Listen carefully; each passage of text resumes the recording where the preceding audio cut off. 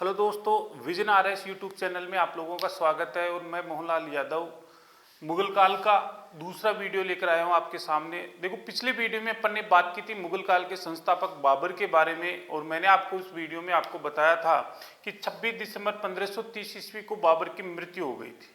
जब बाबर की मृत्यु हुई तो ऐसे कहते हैं कि उसके 4 पुत्र थे और 1 पुत्री थी। 4 पुत्रों की बात करें तो हुमायूं, कामरान, अस्करी और हिंदाल। पुत्री की बात करें तो गुलबदन बेगम,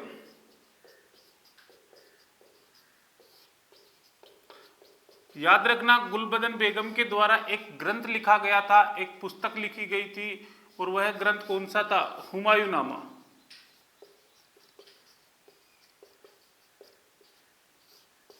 तो इसका तो एक ही लाइन में एक ही क्वेश्चन बनता है कि गुलबदन बेगम के द्वारा कौन सा ग्रंथ लिखा गया था, तो आप कह सकते हो हुमायूंनामा ग्रंथ लिखा गया था। अब ज्येष्ठ पुत्र हुमायूं था। बाबर ने अपने जीवन काल में एक बात का आदेश दिया था हुमायूं को कि यदि तू भारत का बादशाह बने तो इनको भी बराबर साम्राज्य में क्या देना? हिस्सा देना। और यही कारण था कि कामरान को काबुल और कांधार का प्रदेश दिया गया, इसको संभल का प्रदेश दिया गया और हिंदाल को मेवात का प्रदेश दिया गया। एक इसका चचेरा भाई था सुलेमान, उसको बदख्शा का प्रदेश दिया गया। इडमिस जब हुमायूं शासक बना तो इन्होंने क्या किया कि पहले अपने साम्राज्य का अपने भाइयों में बराबर बंटवारा किया और उसके बाद में ये भारत का बादशाह बना। तो अगला अपना शासक आएगा कौन? हुमायूं। अपन बात करेंगे हुमायूं की। ऐसे कहते हैं कि हुमायूं 1530 ईस्वी से लेकर 1540 ईस्वी तक रहा और 1555 ईस्वी से लेकर 1556 ईस्वी। एडमिस यहां से एक क्वेश्चन आपके बनता है कि एकमात्र ऐसा मुगल बादशाह जो 2 बार दिल्ली की गद्दी पर बैठा था वो कौन सा था? हुमायूं। क्योंकि एक बार ये 1530 ईस्वी में बैठा और एक बार 1555 ईस्वी में। इसका जो वर्णन है वो अपन आगे पढ़ेंगे अपने वीडियो में। देखो, हुमायूं का शाब्दिक अर्थ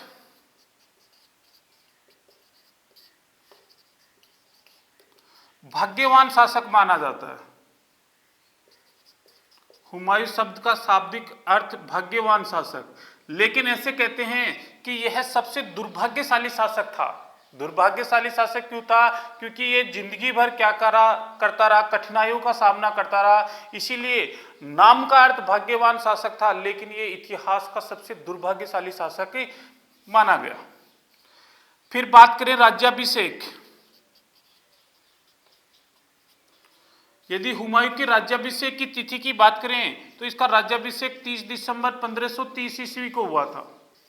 अब यहां पर आपके लिए थोड़ा सा कंफ्यूजन है, क्योंकि मैंने आपको बताया था कि बाबर की मृत्यु 26 दिसंबर को हुई, जबकि हुमायूं का राज्याभिषेक बताया मैंने 30 दिसंबर को। इनमें से ये 4 दिन लेट क्यों हुआ? इसका क्या कारण था? देखो, इतिहास में बताया गया था कि इन 4 दिनों में एक षड्यंत्र रचा गया और उस षड्यंत्र का नाम था मीर खलीफा का षड्यंत्र।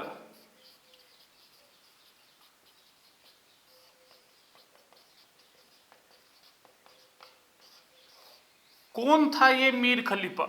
ऐसे कहते हैं कि मीर खलीफा का पूरा नाम था निजामुद्दीन मीर खलीफा।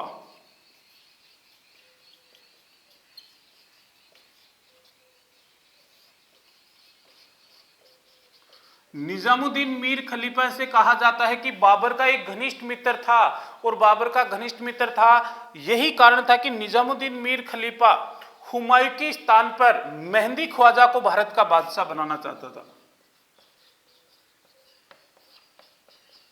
किसको? मेहंदी ख्वाजा को भारत का बादशाह बनाना चाहता था। लेकिन कालांतर में इन्होंने क्या किया कि 30 दिसंबर को किसी कारणवश हुमायूं का राज्याभिषेक संपन्न करवा दिया और 30 दिसंबर 1530 ईस्वी को हुमायूं भारत का बादशाह बन गया। अब बात करते हैं हुमायूं की क्या विजय, कि हुमायूं ने कौन कौन सी विजय प्राप्त की।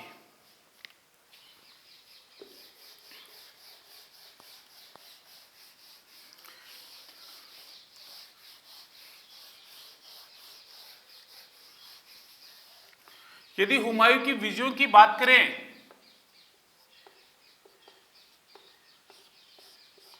तो इन्होंने 1531 ईस्वी में क्या किया, कालिंजर पर आक्रमण किया।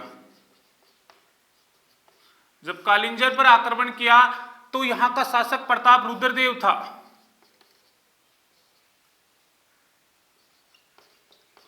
इसने कालिंजर के शासक प्रताप रुद्रदेव को पराजित करके कालिंजर पर अधिकार कर लिया। 1532 ईस्वी में इसके द्वारा एक युद्ध लड़ा गया और युद्ध का नाम था दोहरिया का युद्ध। कौन सा युद्ध लड़ा गया, दोहरिया का युद्ध। किस किस के मध्य, हुमायूं वर्सेज महमूद लोदी। ऐसे कहते हैं कि दोहरिया के युद्ध में किसकी विजय हुई, हुमायूं की विजय हुई और मोहम्मद लोदी क्या हो जाता है, पराजित हो जाता है। 1534 ईस्वी हुमायूं का संबंध मेवाड़ से माना गया। देखो अपन राजस्थान के इतिहास की तरफ चले तो ऐसा माना जाता है कि हुमायूं के समकालीन मेवाड़ का शासक कौन था, विक्रमादित्य था। ऐसे कहते हैं कि राणा सांगा के 3 पुत्र थे, जिसमें एक का नाम रतन सिंह सेकंड, दूसरे का नाम विक्रमादित्य और तीसरे का नाम उदय सिंह था। राणा सांगा के कितने पुत्र, 3 पुत्र। यहां देखना, रतन सिंह सेकंड,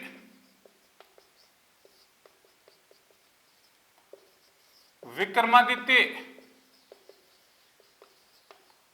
और उदय सिंह। ये 1527 ईस्वी में बना, जो 1531 ईस्वी तक रहा। ये 1531 ईस्वी में बना, जो 1536 ईस्वी तक रहा। ये 1537 ईस्वी में बना, जो 1572 ईस्वी में रहा। वास्तविक गद्दी इसको 1540 ईस्वी में मिली, लेकिन इसका राज्याभिषेक 1537 ईस्वी में कुंभलगढ़ के किले में हो गया था। एडमिस, यदि हुमायूं की समकालीन 1534 ईस्वी की बात करें तो कौन था, विक्रमादित्य था। लेकिन ऐसा कहा जाता है कि विक्रमादित्य जब अल्पवयस काल में मेवाड़ का शासक बना तो इसकी माती कर्मावती वो इसकी संरक्षिका बनी थी। और इतिहास में वर्णन बताया गया है कि विक्रमादित्य के काल में गुजरात का शासक था बहादुर शाह। इस बहादुर शाह ने मेवाड़ पर 2 बार आक्रमण किया। पहला आक्रमण 1533 ईस्वी में और दूसरा आक्रमण 1534 ईस्वी में। जब 1533 ईस्वी में बहादुर शाह ने आक्रमण किया तो ऐसे कहते हैं कि कर्मावती ने इसके साथ संधि की और धन देकर इसको वापस गुजरात भेज दिया। लेकिन ये 1534 ईस्वी में पुनः आक्रमण करता है और मेवाड़ के किले का घेरा डाल देता है। जब 1534 ईस्वी में इसने मेवाड़ में चित्तौड़ के किले का घेरा डाला तो चित्तौड़ के किले के घेरे के दौरान विक्रमादित्य और उदय सिंह को कहा, इनके ननिहाल भेज दिया जाता है और किले की जिम्मेदारी रावत बाघ सिंह को सौंप दी जाती है। ऐसे कहते हैं कि इस समय कर्मावती भी रावत बाघ सिंह के साथ किले की जिम्मेदारी सौंपे हुई थी और कर्मावती ने क्या किया कि सहायता लेने के लिए मुगल बादशाह हुमायूं के पास राखी भेजी थी। जब कर्मावती ने मुगल बादशाह हुमायूं के पास राखी भेजी तो उसको राखीबंद भाई बनाया और सहायता मांगी। लेकिन इस समय हुमायूं कर्मावती की कोई सहायता नहीं कर पाया। अब अलग अलग इतिहासकारों का अलग अलग मत है कि हुमायूं राजस्थान की राजनीति में हस्तक्षेप नहीं करना चाहता था। हुमायूं सेना लेकर निकल गया था, उससे पहले ही युद्ध संपन्न हो गया था। और तीसरा कारण ऐसे कहते हैं कि बहादुर शाह ने इसको मना कर दिया था कि आप सेना लेकर मत आओ, क्योंकि मैं इन काफिरों का वध करना चाहता हूं। यानी रीजन जो भी हो, क्या हुआ कि इस समय हुमायूं कर्मावती की कोई सहायता नहीं करता है। और जब सहायता नहीं करता है तो रावत बाघ सिंह के नेतृत्व में सैनिकों ने केसरिया किया था और कर्मावती तथा विक्रमादित्य की पत्नी बालाबाई के नेतृत्व में महिलाओं ने जौहर किया था। इनमें से 1534 ईस्वी में हुमायूं का संबंध मेवाड़ के साथ माना जाता है। लेकिन इन विजयों के बाद ऐसा कहा जाता है कि हुमायूं का मुख्य प्रतिद्वंदी था एक अफगान शासक। और अफगान शासक का नाम क्या था? शेर खां। ये शेर खान लगातार हुमायूं को चुनौती दे रहा था और यही कारण था कि हुमायूं और शेर खान के मध्य दो युद्ध लड़े गए। कितने युद्ध लड़े गए? दो युद्ध लड़े गए। वो दो युद्ध कौन कौन से थे? अपन बात करेंगे हुमायूं और शेर खान के मध्य लड़े गए युद्ध कौन कौन से थे, जिसमें पहला युद्ध है चौसा का युद्ध।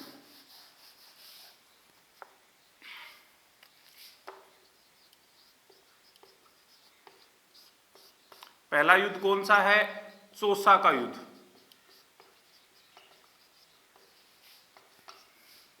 29 जून 1539 हुमायूं वर्सेज शेर खां। देखो, जब चौसा का युद्ध 29 जून 1539 ईस्वी को बंगाल के पास चौसा का मैदान था, यह युद्ध लड़ा गया। इस युद्ध में शेर खां की विजय होती है और जब शेर खां की विजय होती है तो इन्होंने क्या किया कि चौसा के मैदान में अपना राज्याभिषेक करवा लिया।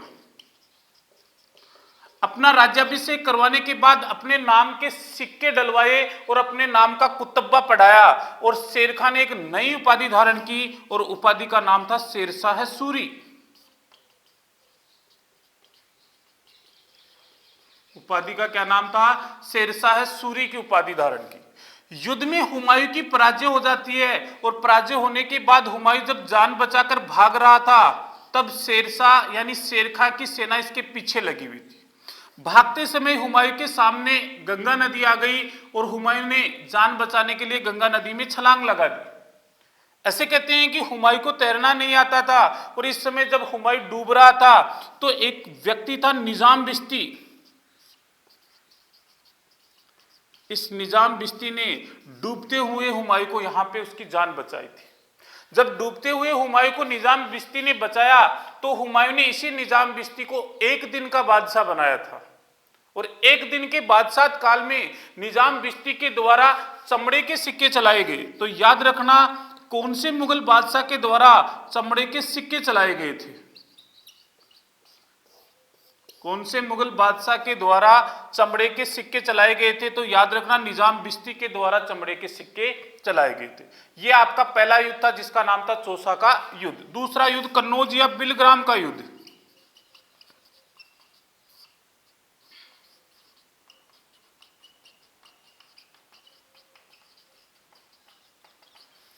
सत्रह मई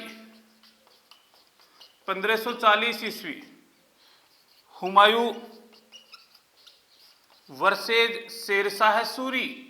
अब इसका नाम क्या हो जाता है? शेरशाह सूरी, क्योंकि इसने शेरशाह सूरी की उपाधि धारण कर ली थी। कन्नौज या बिलग्राम का युद्ध 17 मई 1540 ईस्वी को हुमायूं या शेरशाह सूरी के मध्य हुआ। ऐसे कहते हैं कि जब दोनों सेनाएं यहां पर बिलग्राम के मैदान में आमने सामने थी तब हुमायूं का भाई था कामरान, यह सेना लेकर आया और सेना लेकर उन्होंने हुमायूं की सहायता करनी चाहिए। लेकिन सहायता करने से पहले ही दोनों भाइयों में झगड़ा हो गया और झगड़े का कारण था कि युद्ध का नेतृत्व कौन करेगा। हुमायूं कह रहा था युद्ध का नेतृत्व मैं करूं और कामरान कह रहा था युद्ध का नेतृत्व मैं करूं। जब दोनों में झगड़ा हुआ तो कामरान अपनी सेना लेकर वापस लौट गया और यही कारण था कि हुमायूं की सेना ने भी कोई युद्ध नहीं लड़ा और शेरशाह सूरी की क्या हो गई? यहां पर विजय हो गई। जब शेरशाह सूरी की विजय हुई और किसी भी प्रकार का कोई युद्ध नहीं लड़ा गया तो एक इतिहासकार था मिर्जा हैदर दोगलात।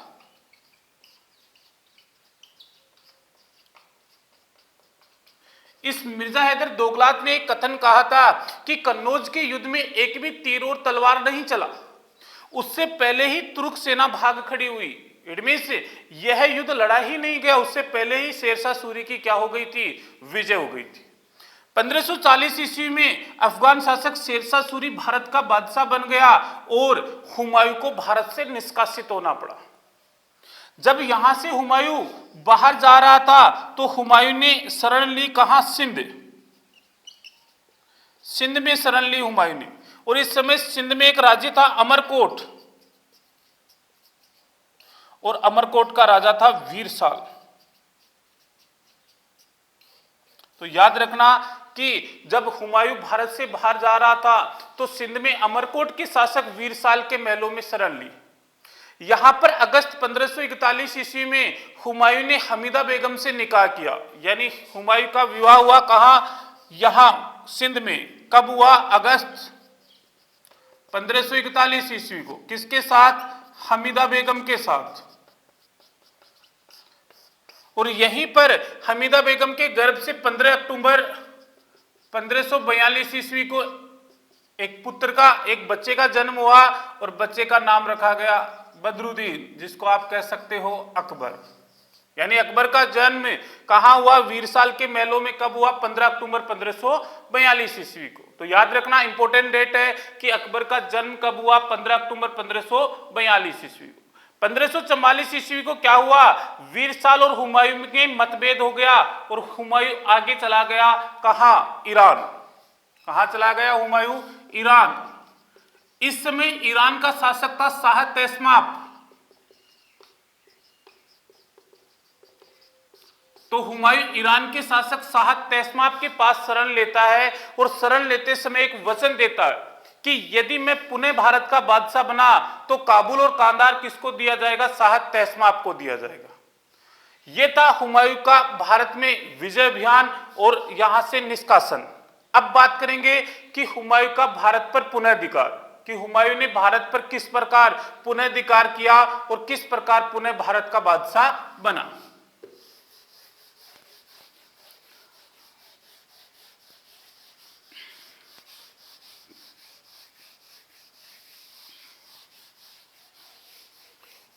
तो अपना अगला टॉपिक है हुमायूं का भारत पर पुनर्धिकार।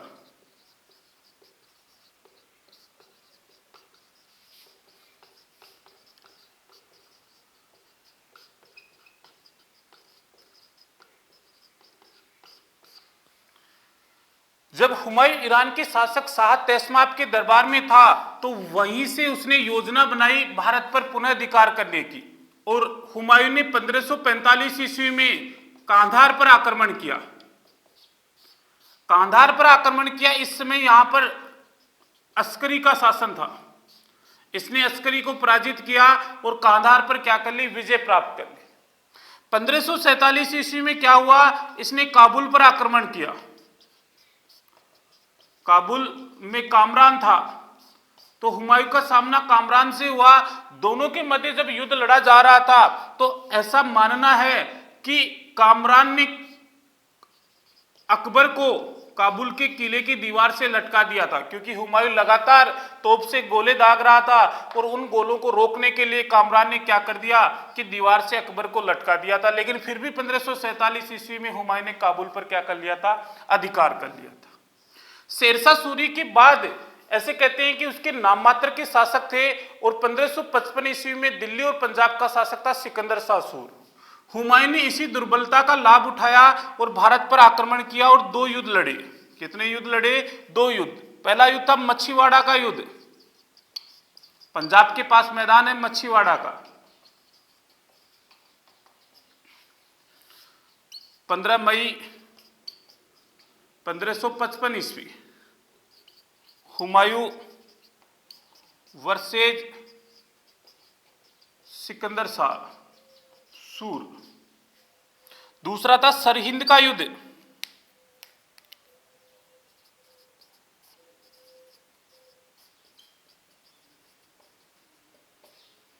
22 जून 1555 हुमायूं वर्सेज सिकंदर शाह। दोनों युद्धों में जब हुमायूं की विजय हुई तो हुमायूं की विजय होने के बाद ऐसे कहते हैं कि 23 जुलाई 1555 ईस्वी को हुमायूं पुनः भारत का बादशाह बन गया। तो याद रखना कि भारत का पुनः बादशाह कब बना? 23 जुलाई 1555 ईस्वी को। लेकिन हुमायूं ज्यादा दिन यहां दिल्ली का शासक नहीं रह सका और जनवरी 1556 ईस्वी में शेरमंडल की लाइब्रेरी की सीढ़ियों से गिरने के कारण हुमायूं की मृत्यु हो जाती है। और जब हुमायूं की मृत्यु हुई तो एक इतिहासकार था लेनपुल। इस लेनपूल ने एक कथन कहा था कि हुमायूं जिंदगी भर लड़खड़ाता रहा और अंत में लड़खड़ाता हुआ ही मर गया।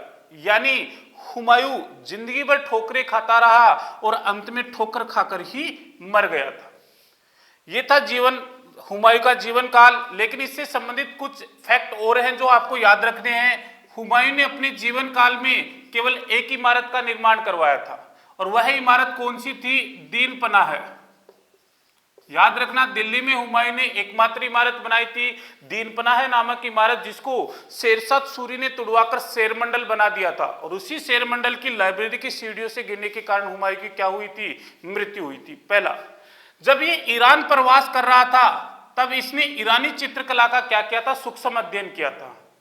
और वापस लौटते समय दो चित्रकारों को अपने साथ लेकर आया, जिसमें एक का नाम था मीर सैयद अली और अब्दुल समद। ये दो ऐसे चित्रकार थे जो हुमायूं के साथ ईरान से भारत आए और कालांतर में इसकी मृत्यु के बाद ये अकबर के दरबार में रहे। तीसरी चीज, ऐसे कहते हैं कि हुमायूं को ज्योतिष में अधिक विश्वास था, और यही कारण था कि ये ज्योतिष के अनुसार सप्ताह के 7 दिन अलग अलग रंग के कपड़े पहनता था, जिससे कि इसका कार्य मंगलमय हो, लेकिन फिर भी इसका कार्य उल्टा ही रहता था। तो याद रखना, ज्योतिष में कोई विश्वास नहीं रखना। सिंपल, यदि अच्छा कर्म करोगे तो आपका कार्य अच्छा होगा, और यदि आपका कर्म अच्छा नहीं है तो कार्य भी अच्छा नहीं होगा। क्योंकि हुमायूं ज्योतिष में विश्वास रखता था, फिर भी इतिहास का सबसे दुर्भाग्यशाली शासक था। 1556 ईस्वी में हुमायूं की मृत्यु होने के बाद मुगल वंश का अगला शासक बनता है अकबर, जो अपन बात करेंगे अगले वीडियो में। यदि इस टॉपिक से संबंधित कोई भी आपके डाउट है तो आप कमेंट बॉक्स में जाकर अपने डाउट क्लियर कर सकते हो। हमारे चैनल को सब्सक्राइब और लाइक करें। Thank you.